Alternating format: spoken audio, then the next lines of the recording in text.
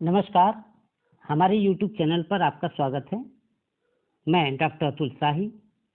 आज से मैं पुनः बीएड द्वितीय वर्ष के अनिवार्य प्रश्न पत्र शिक्षण के सिद्धांत एवं विधियां प्रश्न पत्र से अध्यायशः बहुविकल्पी प्रश्नों की श्रृंखला शुरू करने जा रहा हूं। इसमें अधिक से अधिक प्रश्नों को सम्मिलित करने की कोशिश रहेगी। वीडियो शुरू करने से पहले आप सभी से एक छोटा सा निवेदन कि इस वीडियो को ज़्यादा से ज़्यादा शेयर करें ताकि अन्य विद्यार्थियों को भी इसका लाभ मिल सके। तो चलिए शुरू करते हैं शिक्षण के सिद्धांत एवं विधियां प्रश्न पत्र के पहले unit teaching as a complex activity से पहला चैप्टर शिक्षण की अवधारणा एवं सिद्धांत अर्थात concept and principle of teaching से कुछ महत्वपूर्ण प्रश्न। पहला प्रश्न है, शिक्षण के अर्थ को सामान्यतः कितने भागों में वर्गीकृत किया जा सकता है? आंसर है 3 भागों में वर्गीकृत किया जा सकता है। पहला एक तंत्र में शिक्षण का अर्थ, दूसरा है लोकतंत्र में शिक्षण का अर्थ और तीसरा है हस्तक्षेप रहित शासन में शिक्षण का अर्थ। एक तंत्र शासन में तानाशाही की इच्छा प्रमुख होती है। इस प्रकार के वातावरण में शिक्षण प्रक्रिया शिक्षक प्रधान मानी जाती है। शिक्षक कक्षा में आदर्श माना जाता है और वह छात्रों पर अपने आदर्शों एवं विचारों को थोपने का प्रयास करता है। दूसरे अर्थ में यानी कि लोकतंत्र में शासन प्रणाली मानवीय संबंधों पर आधारित होती है तथा सामान्य जनता की इच्छा इसमें सर्वोत्तम मानी जाती है। इस प्रकार की प्रणाली में शिक्षण भी लोकतंत्री आधार लिए हुए रहता है, जहाँ पर शिक्षक और छात्र दोनों ही सक्रिय रहते हैं और उनके मध्य शाब्दिक एवं अशाब्दिक अंतःक्रियाएं चलती रहती हैं। हस्तक्षेप रहित शासन में शिक्षण का अर्थ, इसमें शिक्षक एक मित्र के रूप में कार्य करता है और छात्रों को अधिक से अधिक सक्रिय बनाते हुए उसमें अधिक से अधिक अवसर विभिन्न समस्याओं को सुलझाने के लिए प्रदान करता है। इस प्रकार वह छात्रों की क्रियाओं में हस्तक्षेप न करके उनकी सृजनात्मक क्षमताओं के विकास की ओर अपना ध्यान केंद्रित करता है। नेक्स्ट क्वेश्चन है, शिक्षक केवल पथ प्रदर्शक या निर्देशक के रूप में कार्य करता है और स्व अनुशासन पर बल देता है। यह परिभाषा किसकी है? आंसर है एल.एन. गेज की। नेक्स्ट क्वेश्चन, शिक्षण को एक अंतः प्रक्रिया के रूप में परिभाषित किया जाता है जिसके अंतर्गत कक्षा कथनों को समावेशित किया जाता है जो शिक्षक और छात्रों में कक्षा में होते हैं। यह कथन किसका है? आंसर है एडमंड एमिडॉन का। नेक्स्ट क्वेश्चन,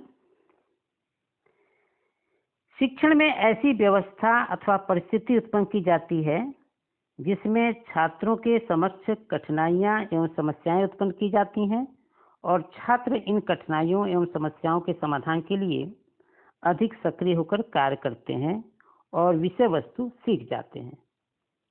यह कथन किसका है? आंसर है ब्रू बेकर का। नेक्स्ट क्वेश्चन, शिक्षण ऐसी प्रक्रिया है जिसमें प्रारूप तथा परिचालन की व्यवस्था इस प्रकार से की जाती है जिससे छात्रों के व्यवहार में वांछित परिवर्तन लाया जा सके। यह परिभाषा किसने दी? आंसर है क्लार्क ने। तो चलिए इसके साथ कुछ और परिभाषाएं भी देख लेते हैं। नेक्स्ट क्वेश्चन है, शिक्षण एक प्रकार का पारस्परिक प्रभाव है जिसका उद्देश्य है दूसरे व्यक्ति के व्यवहारों में वांछित परिवर्तन लाना।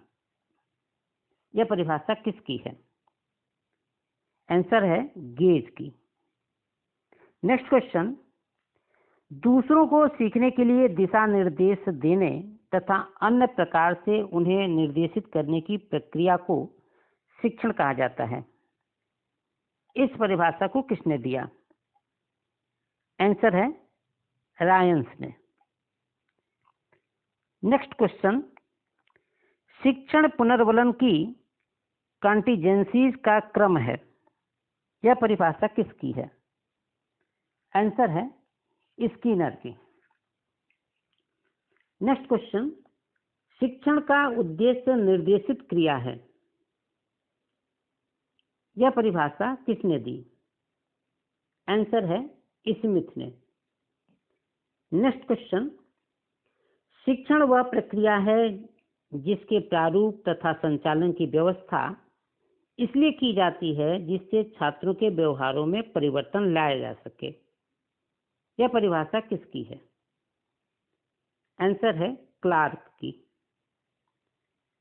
नेक्स्ट क्वेश्चन, शिक्षण एक परिपक्व व्यक्तित्व तथा कम परिपक्व के मध्य आत्मीय या घनिष्ठ संबंध है जिसमें कम परिपक्व को शिक्षा की दिशा की ओर अग्रसित किया जाता है, यह परिभाषा किसकी है?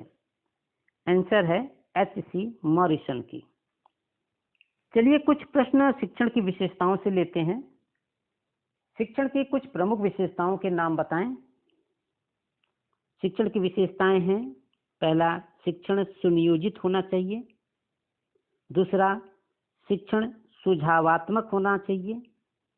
तीसरा, शिक्षण दया एवं सहानुभूतिपूर्ण होना चाहिए।